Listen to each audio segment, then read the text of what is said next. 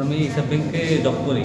আচ্ছা। তো আমি কিস্তি টাকা আনতে গেছিলাম আর কি, ওই কিল্লা যাইতে।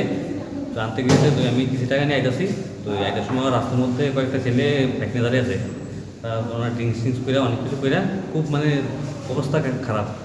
তারপর আমি একটা সময় দাদা একটু সাইড দেওয়া জায়গা করতে এসত এসব করতে এসত বকসর করছিলাম করতে এসত এই ওই ব্যাংকের আমি ব্যাংকে কাজ করি, ব্যাংকের থেকে এটা কইতে টাকা দিয়ে আমার কে টাকা দেবো, 6 জন লোক আছে, 6 জন, 3 জন ড্রাইভার, 3 জন বাঙালি। তো এই আমাকে টাকা দিয়ে যা, আমি কই টাকা করতে দেবো আমি। হ্যাঁ, এই তো করে দিলে আমার হ্যান্ডেল দিয়ে বাই দিয়ে মাথা স্যার ইয়ে করে আমার ব্যাগ ট্যাগ সব ভুলে গেছে, হুঁশিয়ার টুশিয়ার স্যার বুকে টুকে বসিয়ে দিয়ে বাইরে। কত টাকা আসলো অনুমানিক? প্রায় 27,000 টাকার মতো। আর কি কি নিছে?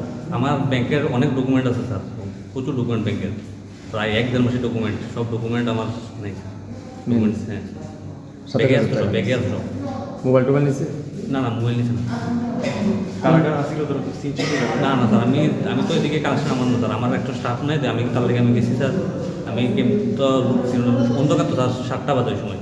আনুমানিক 7টা না? আমরা 7টা বাজে। কোন জায়গায় হয়েছে এক্সাক্ট ঘটনাটা? স্যার গৌতমণি দিয়া চিমটা রাস্তা আছে যাইতে ডান দিকে, ওইদের বিকেশে স্যার ওই তো রাবার বাগান টাঙানো আছে, বাড়িটা নাই তো ওইখানে। তারপরে কি উদ্ধার করলো? হ্যাঁ, উদ্ধার কে করছে? এদিকে 2-3 জন বাড়ির চিল্লা দিল শুনি না, 2-3 জন লুকাইছে, লুকাই না সে আমার দাদা ভাই লয়ে গেছে, তারা গেছে গা নিয়ে সেটা জল টল দিয়ে সেটা স্যার এই স্যার গরম ইয়ে দিয়ে দিচ্ছে। এবারে ইয়েতে কোনখানে গেছেন? কীভাবে গেছেন? থানাতে? থানা স্টাফ আছে স্যার। থানা স্টাফে? হ্যাঁ, থানা স্টাফ আছে। তাই আপনি নিয়ে গেছেন? হ্যাঁ, থানা স্টাফ কীভাবে জানছে? এই তো ওইদিকে লোকেরা খবর দিছে। খবর দিচ্ছে। যারা আপনার উদ্ধার করছে তারা কি ট্রাইবেল না বাঙালি না? Tribal.